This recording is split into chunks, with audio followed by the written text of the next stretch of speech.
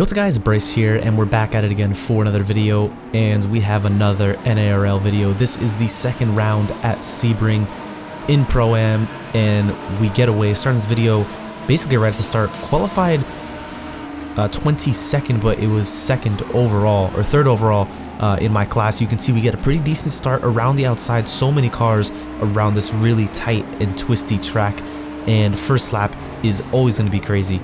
This week was all about Sebring. It was in the officials. We have the official real life 12 hours of Sebring, and also in this league, so a lot of Sebring. And you can see we have a massive crash just at the beginning of this race, and let me tell you, this race was definitely one of the worst races that I've had. Just made too many mistakes on my own part. One really big mistake that you'll see in this video. If you do enjoy these, please be sure to leave a like down below.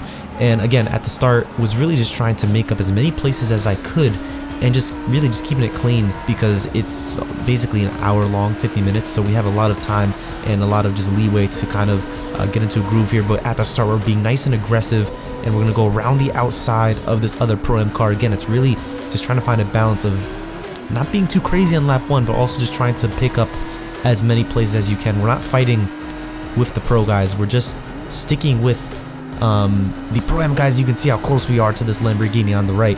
I decided to go for the BMW again for this week. I was doing a bit of practicing with the Lamborghini and the BMW and the Ferrari, but I just found that the BMW was better, and I didn't really have the time to really put in too much practice, and that really showed today in the result that I had. I was in third. At this point, we have Kimbrough in front of us, and then we have someone else. I think it was I forgot who it was, but someone else we had in the lead of Pro-Am. So, and he was in way in front of us, so there was really not a chance for me to catch up to him. So this race was going to be a really tough race, and honestly everything was going pretty smooth, I can say. Sitting in third right now, everything just was going pretty smooth until the pit stop phase. And the reason why the pit stop phase screwed me over is because I tried to do a little bit too much in the pits. There's this thing where when you go into the pits and you put on the pit limiter and you sort of shuffle through the gears, you can actually maintain that 45-mile-an-hour speed limit without actually having to turn off the limiter and be manual there.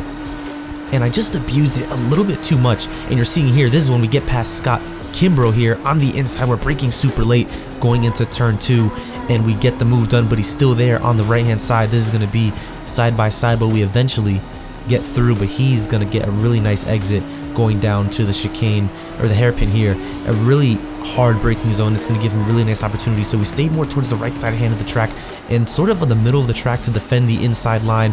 He doesn't have a look, but he's going to have a really late move down the inside, going almost side by side through this corner. He's in front just a little bit, but we're going to be sure to get a nice exit, and we eventually slowly but surely pull away from me. Still there on the right hand side, almost side by side here, going down into this next corner here. It's going to be really critical that we just brake as late as we can, because again, we can't open up the radius of the corner, and the outside is going to turn to the inside, and that's going to be our position there, up in P2 in our class, 12th overall. So again, these guys in the front are really quick, and I think it was Godal, I think that's how you pronounce his name, in P7. You can see there, anyone below a 3.9 iRating is in Pro-Am, and I also couldn't really tell who he was, because he also didn't have his NARL decal sticker on, the livery on, which is a 5 points reduction if you don't have it on in the stream. So I'm not going to say anything to the people who are in charge, but just putting that out there, he did not have his sticker on there, so I didn't really know who he was, because I'm not really looking at iRating. And you can see Kimbrough has another look down the inside. We're going to keep it side by side, but again, we just carry a little bit more speed than him. And this move right here was kind of the last move that he had on us, because I was looking in my rear view mirror, and going into turn 1 or 2, he was kind of gone. He had a little bit of an accident. I'm not really sure what happened there. And you can see he's going to move towards the inside, but he didn't commit fully, and that would have been a really late move, and I would have definitely had to leave room there if he fully committed. You can't see it now, but there was a little bit of an incident back there. I'm not sure what happened to him, unfortunately, but you can see at this point in the race he's down to 19th. But this is the lap where which really haunts me till this day. So we are in second place at the moment in our class, 11th overall, and a long track like this, the lap times are really spread out. You know, there's a really big skill gap, and I definitely was towards the lower end of the field. I didn't really feel awfully comfortable with this track. I'm usually, you know, in the mid-pack, more towards the front, but past couple weeks, just maybe it was the car, maybe just not enough practice, but this track is just really tricky. It's really a difficult track. It's bumpy. You have corners that are not so straightforward. You know, you have a corner, and then you have a right, then a left, and then another corner. It really requires precision every single lap, every single corner. But if I were to nail this pit stop, which you will see here, I would have finished comfortably in second place. And again, at this point, I'm leading the championship in Pro-Am, but unfortunately, you'll see here, that was kind of thrown out the window. I'm not exactly sure where it is now, but this definitely is not helping, you know, my championship. So you'll see here what exactly happens. Going through the last section of corners here before we have this very long back straight, we have a right clipping the inside curb and then a left, using a lot of this curb here and then swinging the car to the right. I always find that the car will understeer out wide when you just use a little bit too much of throttle, and the car will just wash out wide. So you really have to be careful that you get that line perfect. A long straight here, shifting all the way up to 6th gear at the very end, I think, maybe not this time around, braking at the 2 cone and taking a nice rounded late apex into the pits here, and just watch my gears as I go into the pits and the speed. Now just keep in mind the pit limiter is set at 45 miles an hour, and we clearly went over that. And again, there was really no need for that. I was in second place. I really had a good run, and unfortunately just didn't really go our way.